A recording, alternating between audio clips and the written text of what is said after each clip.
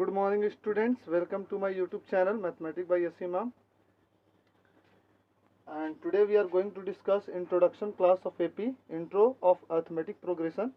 So students, look at the board clearly, and now we are going to introduce the chapter number 5, chapter 5 of standard 10, class 10.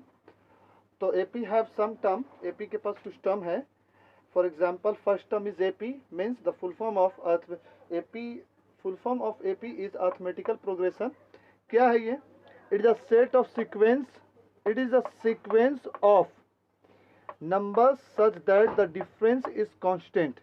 या कैसा sequence है? ये number का एक sequence है जिसमें डिफरेंस क्या है? एक कांस्टेंट होता है. कांस्टेंट डिफरेंस मतलब कि जो डिफरेंस होगा वो इस तरह से होगा कि K3 के बाद 5 होगा, 5 के बाद 7 होगा. इस तरह से टोटल अगर 2 का डिफरेंस है तो कॉन्टिन्यूस 2, और नहीं तो 4 का डिफरेंस है तो कॉन्टिन्यूस 4, 8, 12, 16 ऐसे करके. या फिर अगर 5 का डिफरेंस है तो 5, 10, 15 ऐसे करके आगे बढ़ेगा. ठीक है, तो ये एक सीक्वेंस है. फिर क्या है? सीक्वेंस किसको कहते हैं? ये क्या लिखा है? ये लिखा सीक्वेंस. तो सीक्वेंस आखिर कहेंगे किसको? तो सीक्वेंस कहेंगे, सीक्वेंस कहा जाता है कि it is a set of number arranged in a definite order. यानी कि नंबर का ऐसा सेट जो एक डिफिनिट ऑर्डर में अरेंज किया हो. यानी कि देखिए 1 के बाद 2, 2 के बाद 3, 3 के बाद 4, 4 के बाद 5, 5 में से 4 गया 1, 4 में से 3 गया 1, 3 में से 2 गया 1, 1 में से 2 में से 1 गया 1. यानी कि इसका जो डिफरेंस है वो हमेशा 1 ही आ रहा है. या दूसरा ऐसा भी हो सकता है 100, 70, 40, 10, यानी कि असेंडिंग और डिसेंडिंग दोनों ऑर्डर में हो सकता है, लेकिन इसका जो डिफरेंस आएगा वो सेम आएगा. 70 में से 100 गया -30, 40 में से 70 गया -30, 10 में से 40 गया -30, यानी कि सो ऑन. यानी कि हमेशा डिफरेंस जो है वो हमेशा सेम रहेगा, यानी कि एक सीक्वेंस रहेगा.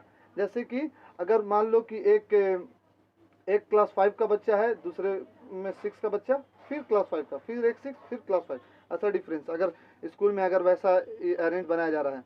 या फिर अगर एक मैथ की बुक, एक साइंस की बुक, एक मैथ की बुक, फिर एक साइंस की बुक, फिर एक मैथ की बुक, फिर एक साइंस की बुक, वैसा डिफरेंस बना रहेगा. कॉमन डिफरेंस रहेगा, एक डिफरेंस जो होगा वो कॉमन होगा. नेक्स्ट क्या है? नेक्स्ट है टॉपिक फाइनाइट. फाइनाइट क्या है? Finite AP. एपी का काइंड्स होता है. AP have 2 kinds. एपी का कितना काइंड्स होता है? 2 काइंड्स होता है. एपी हैव 2 काइंड्स, 2 काइंड्स में एपी होता है. फाइनाइट और इनफाइनाइट. फाइनाइट और इनफाइनाइट. फाइनाइट एपी क्या होता है? वैसा एपी जिसका टर्म जो है लिमिटेड हो, यानी कि टर्म इंडेड हो. यहाँ पर 100 इंड हो गया, यानी कि 1, 2, 3, 4, 5, 6, 7, 8, 100 टर्म तक. ये 100 जो है वो इंड हो गया. ठीक है, तो ये एक फाइनाइट एपी हुआ. ठीक है, एपी का बढ़िया एग्जांपल जो है वो एक आनंद सर की एक मूवी आई थी, आनंद सर के लाइफ पे, सुपर 30, जो ऋतिक रोशन उसमें एक्ट किया है. उसमें जो एक क्वेश्चन पूछता है एग वाला कि सबसे लास्ट बच्चे के पास कितना एग होगा, तो वो एपी से रिलेटेड ही क्वेश्चन था. ठीक है, अगर आपको एपी का नॉलेज होगा तो आप उसका जवाब दे सकते हैं. तो यहाँ पर जो है एग लास्ट स्टूडेंट के पास कितना एग होगा, ये ऐसा क्वेश्चन पूछा था. तो ऋतिक रोशन एक्टिंग में, यानी कि आनंद सर बन के, तो वो एपी का ही क्वेश्चन था. तो ये अगर लास्ट में 100 इंड हो गया तो ये फाइनाइट एपी है. क्या बोला? The AP has limited terms called finite AP. वैसा एपी जिसका टर्म लिमिटेड हो, यानी कि 100 पे इंड हो, यानी कि लिमिट हो, तो फाइनाइट एपी. इनफाइनाइट क्या कहलाएगा?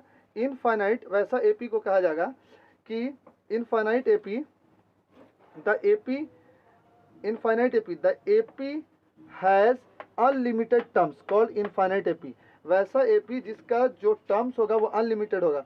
For example 1, 2, 3 dot dot dot dot infinitive तक, है ना. यहाँ पर हम इन्फिनिटिव भी लिख सकते हैं, इन्फिनिटी तक, यानी कि इसका जो इंड है वो फिक्स नहीं है, यानी कि इनफाइनाइट है. नेक्स्ट टॉपिक क्या है? General term. जनरल टर्म भी पढ़ना है. General term, general term of AP. General term of AP किसको कहेंगे? एपी का जनरल टर्म कौन है? तो यहाँ पर एपी का जनरल टर्म कुछ दिया हुआ है. क्या है एपी का general term? General term of AP ये है कि एपी जब भी मिलेगा वो ऐसे मिलेगा: ए प्लस डी 1, ए प्लस 2d, ए प्लस 3d, ए प्लस 4d, ए प्लस 5d, ए प्लस 6d, ऐसे ऐसे बढ़ेगा. जिसमें ए क्या है? फर्स्ट टर्म है. डी क्या है? कॉमन डिफरेंस है. डी कैसे निकाला जाता है? डी निकालता है, डी होता है difference, common difference. Common difference को शॉर्ट में डी बोलते हैं. निकलता है term 1, term 2 minus term 1, term 3 minus term 2, term 4 minus, यहाँ पर ये भी हो सकता है टर्म 3 माइनस टर्म 2. ठीक है, टर्म 4 माइनस टर्म 1, नहीं टर्म 3, ऐसे भी हो सकता है. ठीक है। अच्छा, इसका जो ये जो जनरल टर्म दिया हुआ है इसका एग्जाम्पल हम दे सकते हैं। कैसे दे सकते हैं? देखो जनरल टर्म का एग्जाम्पल देते हैं, इसको पहले मिटाते हैं, ठीक है। मिटाने के बाद जनरल टर्म का हम एग्जाम्पल भी दे सकते हैं। क्या दे सकते हैं जनरल टर्म का एग्जाम्पल? क्या बोला? ए प्लस डी, ए प्लस 2डी, ऐसे करके। मान लो कि ए किसी का 1 है और डी जो है 3 है, तो देखो ए एक जगह पर 1, डी ए प्लस डी, यानी कि आपको 1 प्लस 3, ठीक है। ए प्लस 2डी 1 प्लस 2 इंटू 3, ए प्लस 3डी 1 प्लस, यानी कि 1 प्लस 3 इंटू 2, तो कितना आया? 1 4 3 6 7, 3 हाँ 3 6 1 7, उसके बाद यहाँ होगा 3d 3 6 2d 2 3 6 हो गया। d कितना था? 3 ना था, हाँ यहाँ 3 आएगा, 3 3 9, यानी कि 3 3 9 1 10। तो देखो 1 के बाद प्लस 3 4, 4 के बाद प्लस 3 7, 7 प्लस प्लस 3 10। अब इसमें 2 टर्म और है जिसको हम लोग समझेंगे 1 बाई 1। तो 2 टर्म को समझते हैं 1 बाई। तो हाँ, नेक्स्ट जो 2 टर्म्स है यानी कि 2 टर्म्स और है उसको समझते हैं। पहला क्वेश्चन ऐसे बनेगा फर्स्ट एक्सरसाइज में कि find the number of term या फाइंड द nth टर्म, ठीक है। तो नंबर ऑफ टर्म या n टर्म निकालने के लिए formula a plus n minus 1d, A N बराबर a plus n minus 1d, A N equal to a plus n minus 1d, where a 5 हो जाएगा, ठीक है। n जो है टर्म दिया रहेगा, डॉट डॉट डॉट डॉट यहाँ पास लिखा रहेगा 20th, यानी कि n दिया हुआ है 20 टर्म तक, ठीक है। और d इसमें से इसमें आप सब्ट्रैक्ट कीजिएगा, 11 से 8 जाएगा तो कितना आएगा? 3 आएगा, तो d ये निकल जाएगा और बाकी सारा वैल्यू इसमें पुट कर दीजिएगा। तो फर्स्ट टाइप का ये बनेगा। दूसरा क्या है? सेकंड में इस तरह से बनेगा कि सेकंड में बनेगा sum of number S N by 2 2a plus n minus 1d। यहाँ भी जो इसी ए पी का हम n ले लेंगे जितना टर्म है, a ले लेंगे 5, इसी 5 को ले लेंगे a, n जितना टर्म है मान लो कि 20 टर्म तक, तो यहाँ तक यहाँ जो है n माइनस 1 में 20 माइनस 1 हो जाएगा।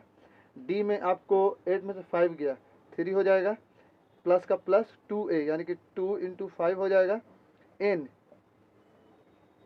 n जो होगा वो 20 हो जाएगा, 20 by 2 is equal to s। बाकी इसका कैलकुलेशन जो आप करते हैं इसका कैलकुलेशन आप कीजिएगा, ठीक है। Thank you for watching my video, और प्लीज़ सब्सक्राइब कीजिए, शेयर कीजिए विथ योर फ्रेंड्स, अपने दोस्तों के साथ, और ज़्यादा से ज़्यादा मोर एंड मोर सब्सक्राइब कीजिए, शेयर कीजिए और सपोर्ट कीजिए 1000 सब्सक्राइबर तक। तो thank you for watching my video, thank you, visit again.